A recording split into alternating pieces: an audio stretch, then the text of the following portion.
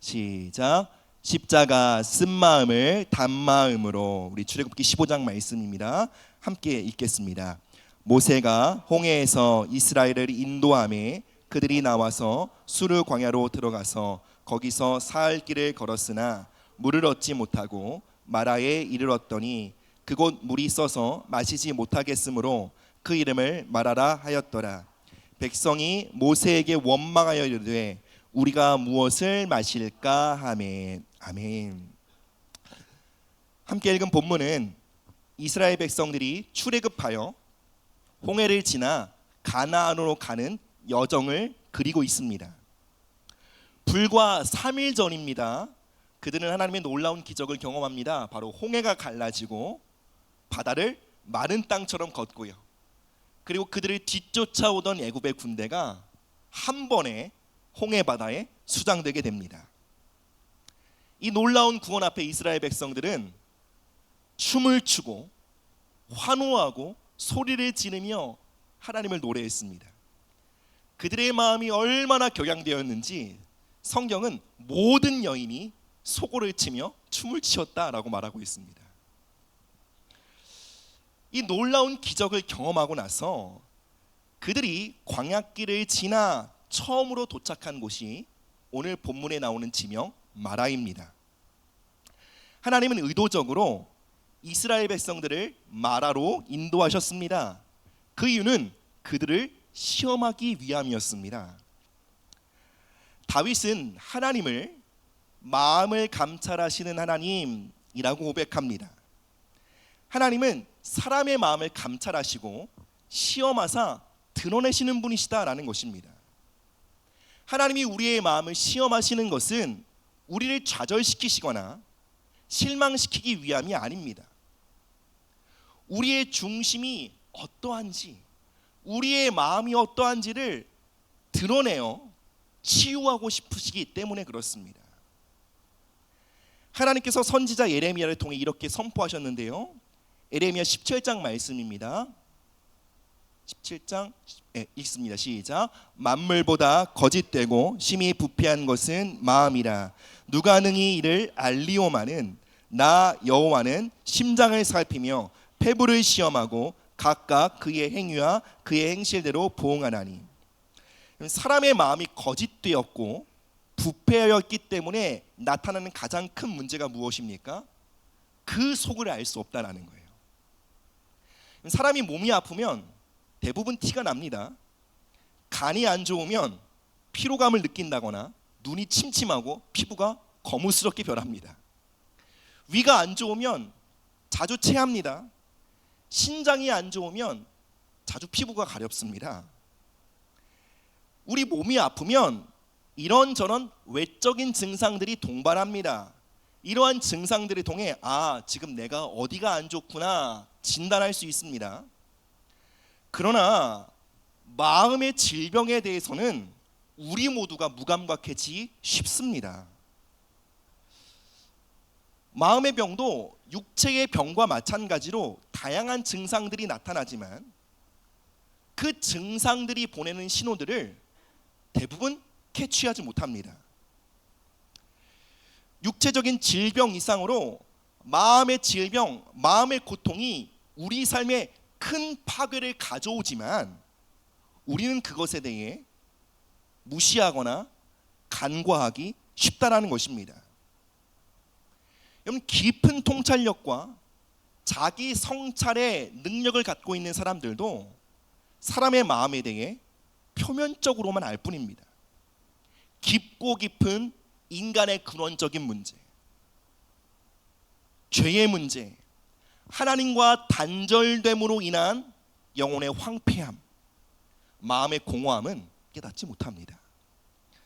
그렇게 우리에게 절대적으로 필요한 은혜가 이것입니다. 감찰하시는 하나님의 은혜입니다. 다윗은 이 은혜의 절대적인 필요를 깨닫고 하나님께 이렇게 기도합니다. 하나님이여 나를 살피사 내 마음을 아시며 나를 시험하사 내 뜻을 아옵소서. 여러분, 이것은 참으로 정직한 자의 기도요 간구입니다. 우리에게는 우리의 마음을 살피시고 비추사 우리 마음 안에 있는 문제가 무엇인지, 우리 마음 안에서 진행되고 있는 일이 무엇인지 나타내게 하시는 하나님의 은혜가 필요합니다. 최근에 인생 처음으로 건강검진을 받아봤습니다. 피를 뽑고 엑스레이를 찍고 위 내시경 등 첫 건강검진을 마쳤습니다. 여러분, 건강검진을 왜 받습니까? 우리가 인식하지 못하는 몸의 문제, 건강의 문제가 있을 수 있기 때문입니다. 우리 중 그 누구도 어느 날 갑자기 의사로부터 암 말기입니다, 이제 3개월 남으셨습니다 라는 갑작스러운 선고를 듣기를 원하지 않습니다. 건강검진을 받는 것에는 수고가 따르더라고요.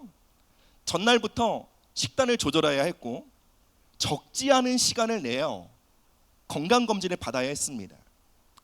그런데 사람들은 그 모든 수고와 그 모든 과정들을 자발적으로 참여합니다. 아무도 저항하지 않습니다.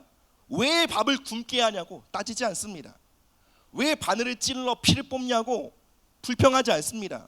왜 내 목구멍에 내시경을 집어넣냐고 항변하지 않습니다.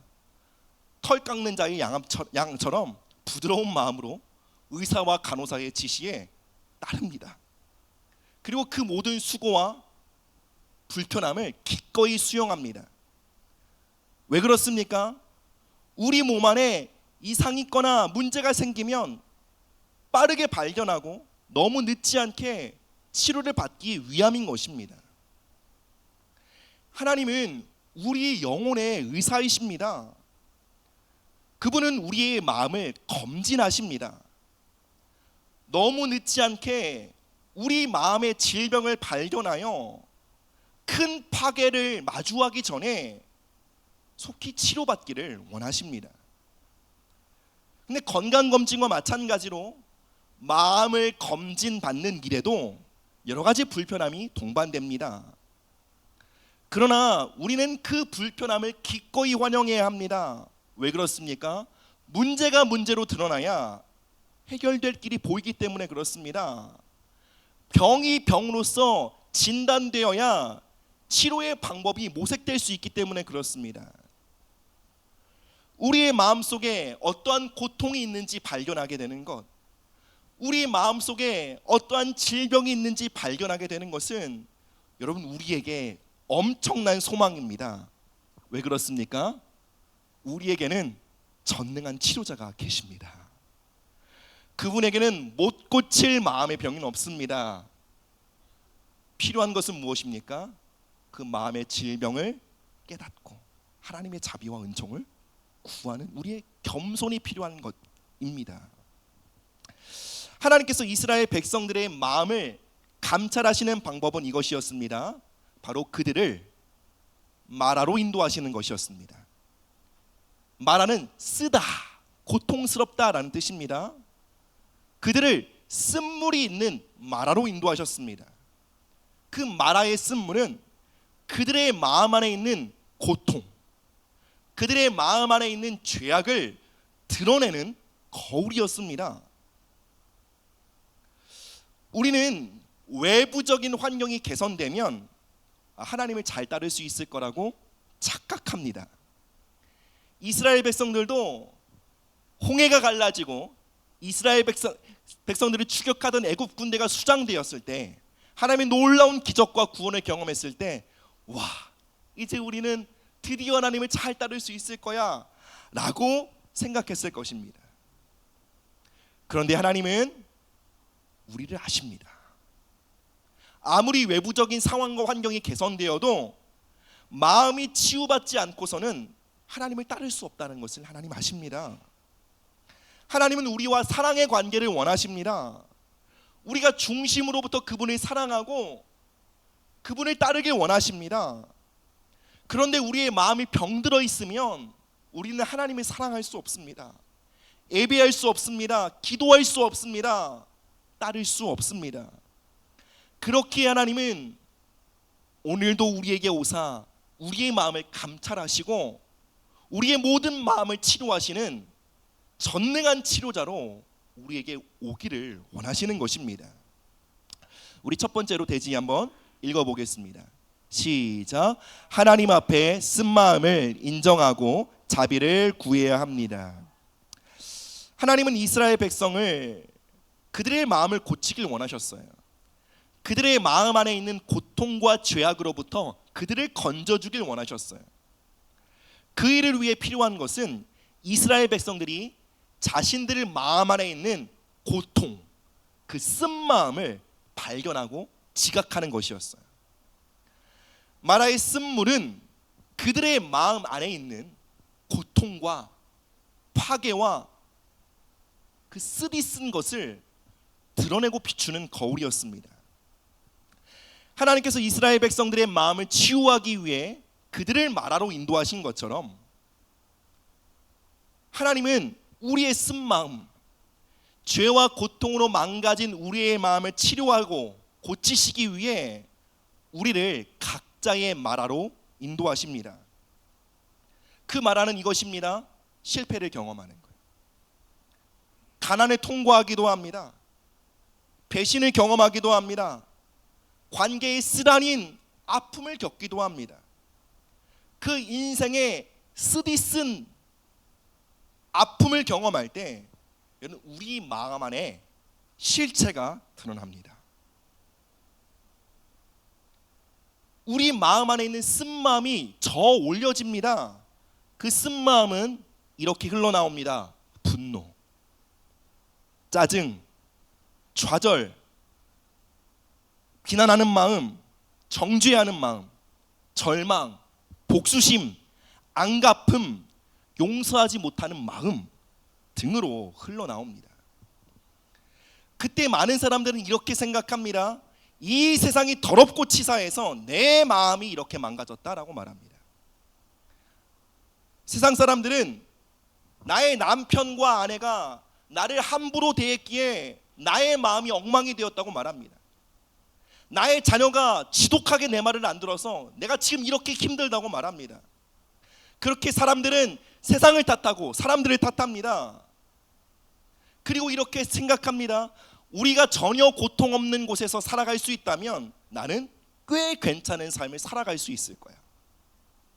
와, 나를 괴롭히는 사람들이 없다면 나는 천국을 살아갈 수 있을 거야. 와, 엄청난 착각이죠. 그래서 많은 성도들이 완벽한 교회를 찾습니다. 문제가 없는 교회를 찾아 헤맵니다. 어떤 목사님에게 한 성도가 찾아와서 교회를 떠나겠다고 말합니다. 교회의 이런저런 문제 때문에 신앙생활을 제대로 할 수 없다고, 문제 없는 교회, 좀 건강한 교회, 완전한 교회를 찾아서 떠나겠다고 말합니다. 그러자 목사님은 그 성도를 향해 이렇게 말씀하셨습니다. 성도님, 세상에 완전한 교회는 없습니다. 주님 다시 오실 때까지 교회는 흠이 있고 연약함이 있을 것입니다. 그리고 만약 이 땅에 완벽한 교회가 있다면 성도님이 그 교회에 가시면 안 됩니다. 성도님이 가시는 순간 그 교회의 완전함이 깨지게 될 것이기 때문에 그렇습니다. 참으로 뼈 때리는 말이죠. 인생의 말아래 통과할 때 고통과 상처를 주는 상황과 사람들을 만날 때 정직하고 겸손한 하나님의 사람들은 이렇게 말합니다. 이 세상의 마라의 쓴물은 내 안에 있는 쓴 마음을 드러내는 거울입니다 라고 고백합니다. 이 세상의 쓰디쓴 물이 내 마음을 쓰게 만든 것이 아니라 이 세상의 쓰디쓴 물을 만나 내 마음에 있는 쓴 마음이 올라오게 되었습니다 라고 인정하게 된다는 거예요. 마치 우리의 마음은 이와 같습니다. 위에는 깨끗한 물이 있는 것 같습니다. 그러나 깊은 곳에는 침전물들이 있습니다. 괜찮은 것 같고 평안한 것 같지만 주변에서 자극을 주고 힘들게 하며 흔들면 이내 더러운 물, 흙탕물로 변하게 됩니다. 우리는 이렇게 생각합니다.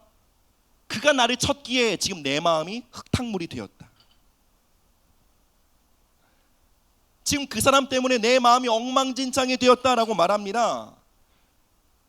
근데 사실은 이것입니다. 이전부터 엉망진창이었습니다. 근데 모르고 있었던 거예요. 괜찮다고 착각하고 있었던 것입니다.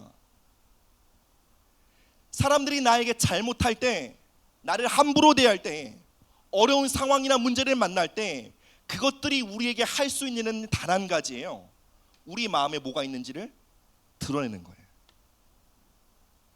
하나님은 우리가 만나는 어려운 상황이나 어려운 관계를 통해 우리 마음의 실체를 드러내십니다. 그러나 우리는 이렇게 살아가려고 합니다. 외부 자극을 최대한 줄여서 우리의 마음을 그 누구도 흔들지 못하도록 조심하도록 살아가도록 합니다. 누가 감히 나의 마음을 건드리려고 하면 피합니다. 회피합니다. 그래서 이 침전물들이 아래로 내려가기까지 아주 조심스럽게 생활하는 것, 이것이 신앙생활이라고 생각합니다. 그리고 이러한 거짓 평안을 유지하기 위해 하나님도 이용합니다. 하나님, 누구도 나를 치지 못하게 만들어주세요. 지금 저 사람이 나를 쳐서 내 마음이 흙탕물이 되었습니다. 누구도 나를 건들지 못하게 해주세요. 이 거짓 평안을 잠시, 이 모래가 가라앉고 잠시 동안의 평강을 누리기 위해 우리는 그렇게 하나님을 이용합니다. 그것은 신앙이 아닙니다. 하나님의 길이 아닙니다. 여러분, 아프고 힘들더라도 용기 있게 우리 마음의 실체를 직면하는 것이 신앙입니다. 그리고 그 병든 마음을 들고 하나님께 나아가 자비의 손길을 구하는 것이 믿음입니다. 우리 안에서 쓴 마음이 저 올려질 때 우리는 두 가지 선택을 할 수 있습니다. 첫 번째는 상황을 탓하고 사람들을 탓하는 것입니다. 모든 책임을 주변에 돌리는 것입니다. 다른 선택은 이것입니다.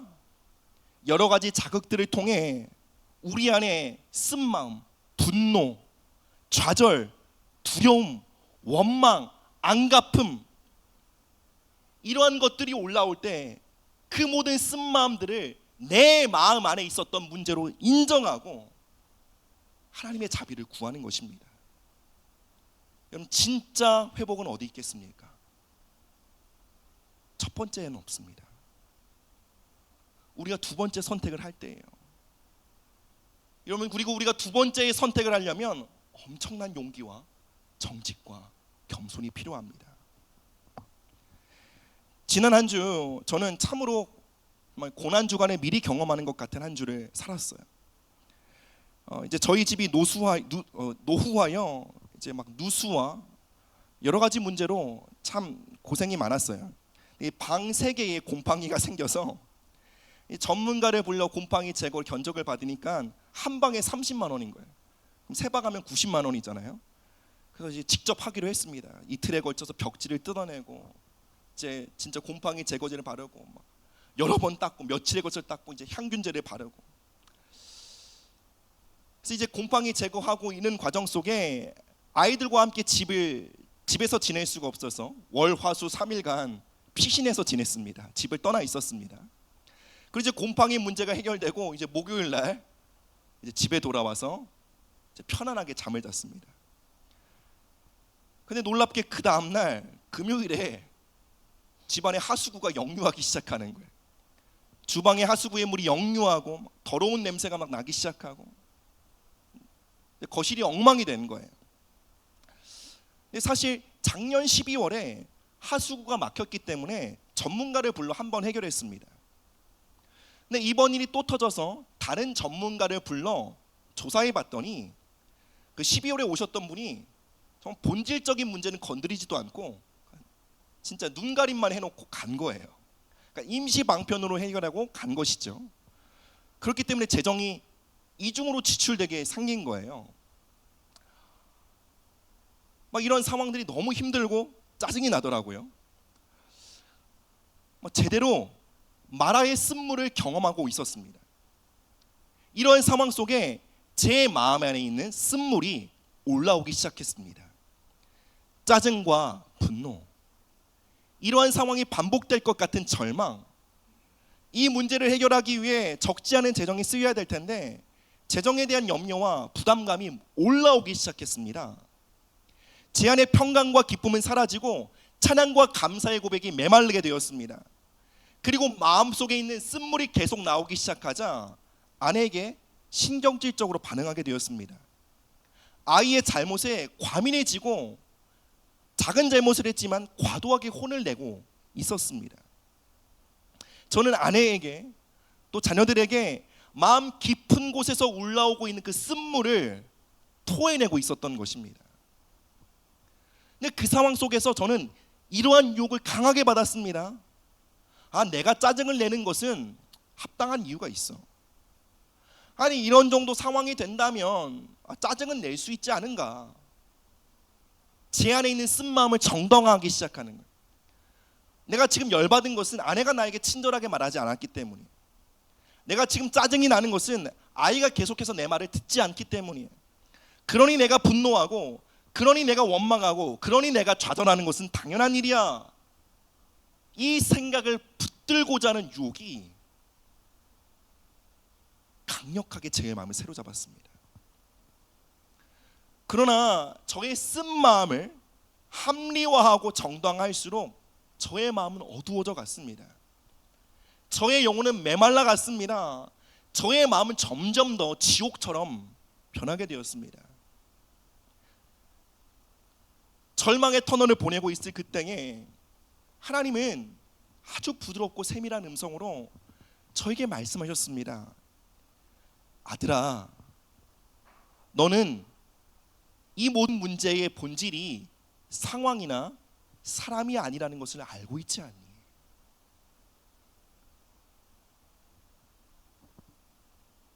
곰팡이가 문제가 아니고 하수구가 역류한 것이 문제가 아니고 12월에 와서 제대로 일을 처리하지 않고 간 그 사람의 문제가 아니고 아내와 아이들이 너에게 어떻게 행한 것이 문제가 아니고 진짜 문제는 따로 있다는 것을 알고 있지 않니? 그때 정직한 마음으로 하나님께 인정했습니다. 하나님, 제 안에서 흘러오는 분노와 짜증, 비난과 절망은 제 마음에 있던 것이지 상황이나 사람들이 만들어낸 것이 아닙니다. 상황과 사람들을 탓하던 저의 마음을 돌이킵니다. 사람을 멱살 잡고 씨름하느라 하나님이 나에게 주실 치유와 회복으로부터 멀어지고 있는 나의 방황을 돌이킵니다. 그리고 겸손한 마음으로 하나님의 은혜를 구하기 시작했습니다. 주님, 제 마음이 병들었습니다. 제 마음에 짜증과 악독한 마음들이 있습니다. 제 마음이 주님 아픕니다. 그리고 이 병든 마음을 당신께로 가져갑니다. 내 영혼의 의사이신 하나님께 나아갑니다. 저의 마음을 고쳐주세요. 그렇게 기도하는 순간 그 즉시 복잡하고 혼탁했던 머리가 밝아지기 시작했어요. 길이 보이기 시작했어요. 하나님의 선하심이 전혀 느끼지 않고 하나님의 함께하심이 전혀 느끼지 않던 그 순간에 하나님 너무 선하신 분이신 것이 깨달아지기 시작합니다. 하나님 나와 함께 하신다는 것이 피부로 느껴지기 시작합니다. 저의 중심으로부터 상황은 달라지지 않았으나 찬양과 감사가 다시 흘러나오게 된 것입니다. 여러분, 우리가 우리의 마음을 치유하시는 하나님의 은혜를 받기 위해 중요한 것이 있습니다. 우리가 하나님께 우리의 마음을 열어드리고 그분의 치유의 손길을 허락하지 않는 한 하나님은 억지로 강제적으로 우리의 마음을 치료하지 않으신다는 것입니다. 병든 자에게나 나야 응원이 필요하다. 우리가 건강한 척 한다면 난 괜찮아, 상황이 문제지. 난 괜찮아, 내 남편과 아내가 문제지. 난 잘 믿고 잘 신앙생활하고 있어. 내 가족이 안 도와주는 것뿐이야. 그 말이 무엇입니까? 지금 저는 의사가 필요 없는 건강한 사람입니다. 제 영혼의 의사이신 예수님, 저는 필요 없습니다. 저희 남편이나 저희 아내나 저희 자녀들이나 만나 주십시오. 사랑하는 여러분, 하나님의 진단을 정직하게 받아들이시길 바랍니다. 탓하지 마십시오. 비난하지 마십시오. 우리 마음 가운데 있는 그 침전물들을 외면하지 마십시오. 이것을 직면하고 하나님께 나아가 도우심을 구하시게 되시기를 바랍니다. 다음으로요, 읽습니다. 시작. 십자가는 쓴 마음을 단 마음으로 변화시킵니다. 출애굽기 15장 25절 28절입니다. 모세가 여호와께 부르짖었더니 여호와께서 그에게 한 나무를 가르치시니 그가 물에 던지니 물이 달게 되었더라. 거기서 여호와께서 그들을 위하여 법도와 율례를 정하시고 그들을 시험하실세 이르시되 너희가 너희 하나님 나 여호와의 말을 들어 순종하고 내가 보기에 의를 행하며 내 계명에 귀를 기울이며 내 모든 규례를 지키면 내가 애굽 사람에게 내린 모든 질병 중 하나도 너희에게 내리지 아니하리니 나는 너희를 치료하는 여호와임이라. 아멘. 하나님은 모세에게 한 나무를 가리키시고 그 나무를 그 쓴물에 던지라고 말씀하셨어요. 말씀하신 대로 한 나무를 그 쓴물에 던지니 그 쓴물이 단물이 되었습니다. 마라의 쓴물은 이스라엘 백성들의 마음 안에 있는 그 쓴 마음을 보여주는 거울이었다라고 말씀드렸습니다. 그리고 그 쓴 물에 던진 한 나무는 예수님의 십자가를 상징합니다. 출애굽기 15장의 마라의 기사는 하나님께서 망가지고 병든 우리의 마음을 예수님의 십자가로 치료하신다는 것을 보여주는 기사입니다. 십자가를 통해 쓴물을 단물로 바꾸신 주님은, 그들 안에 있는 쓴 마음을 단 마음으로 치료하신 주님은 법도와 율례를 주십니다. 그리고 하나님 당신이 어떠한 분이신지 이렇게 선포합니다. 나는 너희를 치료하는 여호와 하나님이라. 여호와 라파. 다시 한번 말씀드립니다. 마음의 고통이 해결되지 않은 채 우리는 하나님을 따를 수 없습니다. 아무리 외부 환경이 개선되어도, 우리를 둘러싸고 있는 모든 사람들이 천사처럼 바뀌어도 마음이 병든 채로 우리는 하나님을 사랑할 수 없습니다. 하나님의 뜻을 따르기 위해, 우리가 하나님의 명령대로 순종하기 위해, 우리가 예배자가 되기 위해, 우리가 마음의 중심으로부터 하나님을 사랑하기 위해 우리는 반드시 마음의 문제가 해결되어야 합니다. 우리 마음 깊은 곳에 있는 문제를 알지 못하고 방치하는 한 우리는 결코 하나님을 따를 수 없는 것입니다. 하나님은 이것을 너무나 잘 아시기에 우리의 마음의 문제를 드러내시고 치료하시는데, 그 방법이 바로 십자가입니다. 십자가는 우리가 지옥에 가지 않게 위하여 의지해야 할 수단만이 아닙니다. 그렇다고 한다면 우리에게 십자가는 평생에 단 한 번 필요합니다. 날마다 의지할 필요가 없습니다. 십자가는 죄를 짓고 용서받을 때만 필요한 것이 아닙니다. 그러면 죄 지을 때만 십자가가 필요하겠죠. 여러분, 우리가 매일 십자가를 붙들고 살아야 할 이유가 무엇입니까? 수많은 하나님의 사람들의 고백처럼 내가 매일 십자가 앞에 더 가까이 나아갑니다 라고 고백하며 살아야 할 이유가 무엇입니까? 우리는 우리의 인생의 매일매일 속에 마라를 경험하기 때문에 그렇습니다. 매일 우리의 마음속으로부터 쓴 마음이 올라오는 것을 경험합니다. 그건 대단한 일이 아니에요. 체중계에 올라 늘어난 몸무게를 봐도 쓴 마음이 올라옵니다. 운전을 하는데 교통체증이 걸립니다. 그때도 쓴 마음이 올라옵니다. 누군가로부터 안 좋은 평가나 안 좋은 소식을 듣게 되었을 때 쓴 마음이 올라옵니다. 아이들이 내가 힘들게 청소한 방을 엉망으로 만들어놨을 때 그때도 쓴 마음이 올라옵니다. 누가 제대로 나의 인생을 받아주지 않고 그냥 흘겨보며 지나갔을 때에도 쓴 마음이 올라옵니다. 우리는 매일매일 우리 안에 저 올려지는 쓴 마음을 마주합니다. 그 말이 무엇입니까? 우리는 매일매일 마음의 치유와 회복이 필요합니다. 우리는 매일매일 십자가를 붙들고 살아야 합니다. 예수님이 십자가에 오르실 때에 로마의 군병들은 예수님을 채찍으로 치고 사람들은 예수님을 조롱하며 침을 뱉었습니다. 뺨을 쳤습니다. 사단은 사람들의 악의와 저주, 폭력을 온몸으로 받아내고 있는 예수님을 보며 그렇게 기대했습니다. 예수님께서 분노하시기를, 예수님께서 똑같이 저주하시기를.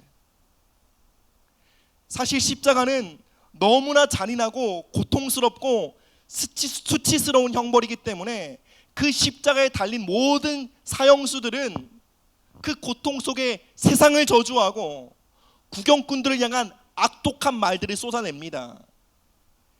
십자가는 그저 잠잠히 죽음을 맞이하는 현장이 아니요, 그들 마음 안에 있는 고통을 쏟아내고 표출하며 저주하고 조롱하며 서로가 서로를 괴롭히는 악의 현장이었습니다. 그래서 사단은 기대한 것입니다. 예수께서 배신자들을 향해 저주하시기를, 예수님께서 조롱하는 자들을 향해 심판하시기를, 배은망덕한 자들을 향해 악독한 말을 쏟아내시기를 기대했습니다. 그런데 놀랍게도 십자가에 달린 예수님의 마음으로부터 쓴 마음은 한 방울도 흘러나오지 않았습니다. 예수님의 마음은 이와 같았습니다. 아무리 흔들어도 찔러도 흙탕물이 나오지 않습니다. 찌르고 흔들수록 계속해서 맑은 물만 흘러나왔습니다.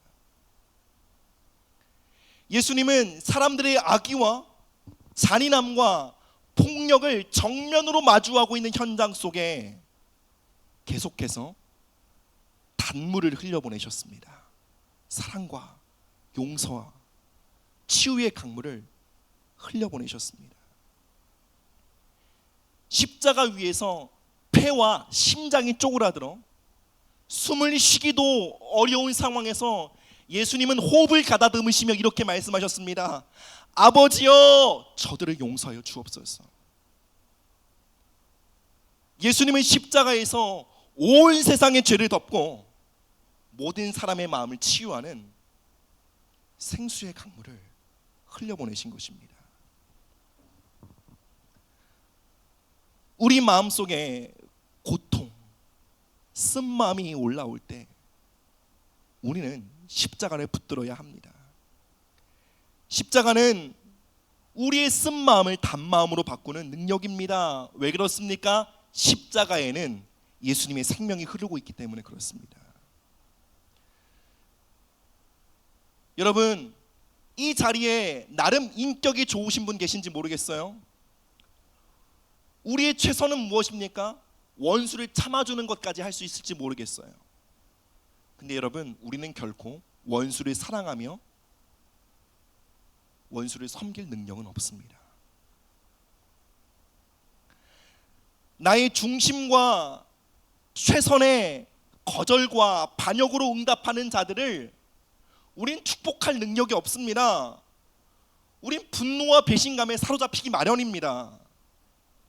인정하십시다. 우리는 고통 속에 감사하고 찬양할 능력이 없습니다.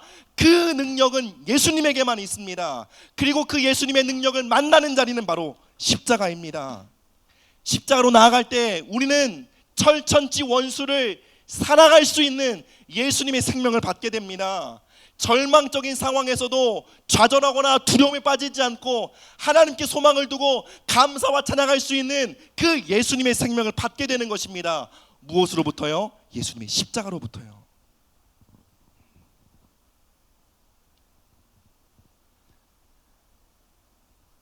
부모님과의 관계로 인해, 남편과 아내와의 관계로 인해, 자녀들로 인해, 직장 동료들과의 관계로 인해 우리 안에 쓴마음이 올라올 때 그때 어떻게 해야 합니까? 십자가로 나아가야 합니다. 그 분노와 절망과 용서치 못하는 쓴마음을 붙잡고 십자가로 나아가야 합니다. 그리고 십자가는 우리의 마음에 단물이 흐르도록 우리의 마음을 새롭게 하십니다. 원수 앞에서도 사랑할 수 있으며 기뻐할 수 있으며 용서할 수 있으며 감사와 찬양할 수 있는 마음으로 우리의 마음을 새롭게 하시는 것입니다. 마지막입니다. 함께 빨리 보겠습니다. 시작. 십자가를 통해 진정한 영적 권위, 영향력을 받게 됩니다. 빌립보서 2장 8절에서 10절입니다. 사람의 모양으로 나타나사 자기를 낮추시고 죽기까지 복종하셨으니 곧 십자가에 죽으심이라. 이러므로 하나님이 그를 지극히 높여 모든 이름 위에 뛰어난 이름을 주사 하늘에 있는 자들과 땅에 있는 자들과 땅 아래에 있는 모든 자들로 모든 무릎을 꿇게, 예수의 이름에 꿇게 하시고. 아멘. 하나님은 십자가에 달린 예수님을 지극히 높이셨습니다. 예수님은 십자가를 통과하심으로 엄청난 영적 승진을 경험하신 것입니다. 이처럼 모든 그리스도인의 영적 승진은 십자가를 통해 주어집니다. 십자가의 능력으로 우리 안에 있는 쓴마음을 단마음으로 변화시킨 자들, 그들은 이 세상의 악과 사람들의 고통을 다룰 수 있는 영적 권위와 영향력을 갖게 됩니다. 지난 금요일에 쓴마음 다루기라는 주제로 말씀을 나누고 이제 예배를 마치고 인사를 하는데, 이 예배를 마치고 이제 아이들이 나가면서 하준이가 저에게 이렇게 묻는 거예요. 목사님, 우리에게 나쁜 짓을 한 사람들을 계속 용서하고 사랑하면 어떻게 됩니까? 그 질문의 의도가 뭐죠? 용서했는데 계속 나쁜 짓 하면 어떡하죠? 나쁜 놈이 계속 나쁜 짓 하지 않겠어요? 라는 질문이죠. 굉장히 통찰력 있는 질문이어서 제가 깜짝 놀랐어요. 제가 바로 하준이에게 이렇게 말했습니다. 하준아, 십자가의 능력으로 우리 안에 있는 쓴마음을 제거하고 단마음을 흘려보내는 사람, 그들의 쓴마음에도 용서와 사랑하는 마음을 흘려보내기 선택할 때 우리의 영향력이 증대되게 돼. 영적 권위가 더 부어지게 돼. 상황과 사람들을 다루고 역전시킬 수 있는 능력이 하늘로부터 부어지게 돼. 사랑 여러분, 십자가를 의지함으로 우리 마음에 있는 쓴마음을 단마음으로 바꾸며 살아갈 때 우리는 사람들의 악함과 이 세상의 악함에 휘둘리지 않는 사람이 됩니다. 원수를 향해서도 단마음을 흘려보내는 사람이 됩니다. 성경은 말합니다. 악에게 지지 말고 선으로 악을 이기라. 우리가 어떨 때 악에게 지닙니까? 상대방의 악에 나의 악으로, 상대방의 쓴물에 나의 쓴물로 저항할 때예요. 그때 패배하게 됩니다. 패배하게 된다는 것이 무엇이죠? 영향력과 권위를 잃어버린다는 거예요. 한번 분노하고 쏟아내면 상황이 정리되는 것 같죠? 사실 패배한 거예요. 선한 영향력을 점점점 잃어버리게 돼요. 사랑 여러분, 부부관계에서 계속 휘둘리고 계시지 않습니까? 직장에서 영향력을 잃어버리고 계시진 않습니까? 자녀들과의 관계에서 애쓰고 수고하지만 패배를 경험하고 계시진 않습니까? 그 말이 무엇입니까? 이리저리 휘둘리고 계시진 않습니까? 영적 권위를 회복해야 합니다. 선으로 악을 이기라는 말은 상대방이 잘못해도 친절하게 해라 라는 말이 아닙니다.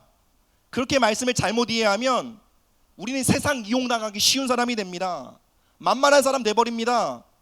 호구됩니다. 호구. 하나님은 우리를 부르사 너희는 이 세상의 호구로 살아라 라고 말씀하지 않으셨습니다. 너희는 이 세상의 빛과 소금이다. 이 세상 속에 선한 영향력을 끼치도록 불렀다라고 말씀하십니다. 선으로 악을 이기라 라는 말씀은 상대방이 나에게 악으로 행할 때 악으로 갚아주지 않으면 먼저 내 안에 있는 고통과 악을 다루려고 하는 거예요. 먼저 내가 해야 될 일은 십자가 안에서 내 안에 있는 고통과 내 안에 있는 악을 다루는 것이라는 것을 인식하는 거예요. 그리고 부지런히 십자가로 나아가 내 마음 안에 있는 그 쓴 마음을 단 마음으로 바꾸기를 결정하는 거예요. 그래서 십자가 밑에서 우리가 어떠한 사람이 되는 거예요? 아무리 흔들어도 쓴 마음이 나오지 않는 사람으로 변화되는 거예요. 그때 우리는 진정한 영향력을 갖게 됩니다. 말씀을 맺겠습니다. 여러분, 한 주간 여러분들이 경험한 말하는 무엇입니까? 계속해서 여러분 안에 쓴 마음이 저 올려지도록 만드는 현장은 무엇입니까? 하나님은 그곳에서 저와 여러분들의 마음을 감찰하십니다. 하나님이 우리의 마음을 감찰하시는 이유는 수치를 주기 위함이 아닙니다. 하나님은 자비롭고 은혜로운 분이십니다. 하나님이 우리의 마음을 진단하시는 이유는 우리의 마음을 치료하시기 위함이에요. 우리의 마음을 치료하사 우리가 마음으로 하나님을 사랑하고 따르는 자로 살아갈 수 있도록 이끄시기 위함이에요. 우리의 마음을 치료하사 우리가 더 이상 삶의 문제와 사람들의 악함에 휘둘리고 이끌리는 사람이 아니라 정복하는 사람이 되기를 기대하시기 때문이에요. 악에게 지지 않고 선으로 악을 이기는 자가 되기 위해 하나님은 우리 마음의 고통을 치유하기를 원하십니다. 사랑하는 성도 여러분, 우리의 삶의 마라에서 하나님의 진단을 겸허히 받아들이고 우리를 치료하시는 십자가 밑에 나아가 예수님의 생명이, 예수님의 성품이 우리 안에 부어지는 놀라운 회복을 경험하게 되시기를 축복합니다. 우리 함께 찬양하시며 나가도록 하겠습니다. 내가 매일 십자가 앞에 더 가까이 가오니 주세 주를 흘린 봄의 비로소 나를 정케 하소서. 십자가